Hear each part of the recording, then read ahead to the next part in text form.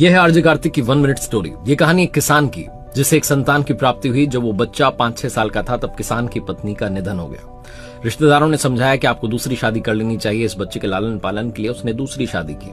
दूसरी पत्नी से भी उसे एक बेटा प्राप्त हुआ और कुछ समय बाद उसकी दूसरी पत्नी का भी निधन हो गया। दोनों बच्चों को किसान ने अकेले पाला पोसा बड़ा किया। जब बड़े बेटे की शादी करवा दी, उसके कुछ समय बाद किसान की मृत्यु हो गई। जो भैया भाभी घर में थे, उनके साथ छोटा भाई रहता था। भैया भाभी को भाई जो था अकड़ता था कि ये सौतेली माँ का बेटा, और दोनों इस बात को लेकर के परेशान रहते थे कि प्रॉपर्टी का आधा हिस्सा इसको देना पड़ेगा। समय का फेर ऐसा था कि छोटा भाई बीमार रहने लगा।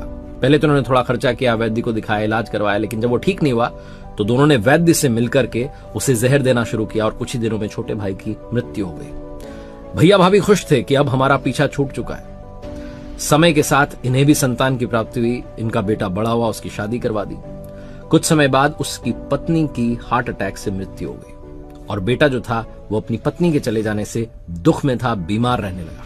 इन्होंने बहुत खर्चा किया, बहुत इलाज कराया, लेकिन बेटा ठीक नहीं हो रहा था। सारी प्रॉपर्टी खर्च हो चुकी थी, सब कुछ लग चुका था। एक दिन चारपाई पर वो बेटा लेटा हुआ था और ये व्यक्ति उसके पास में बैठा हुआ था। तब उस बेटे ने हाथ पकड़ करके कहा कि भैया, सारा हिसाब किताब हो गया है, अब सिर्फ कफन का हिसाब किताब बाकी है और लकड़ियों का बाकी है, मैं जाने वाला हूं। उसने कहा भैया, मैं तेरा पिता हूं। उसने कहा नहीं, आप मेरे बड़े भाई हो, मैं आपका छोटा भाई जो इसी घर में वापस जन्मा हूं, और वो जो मेरी पत्नी चली गई वो वही वैद्य है जिसने मुझे दवा की जगह जहर दिया था आपके साथ मिलकर। अब मैं भी चला जाऊंगा, आप पूरी जिंदगी तड़पते रहना अपने बेटे के चले जाने के गम में।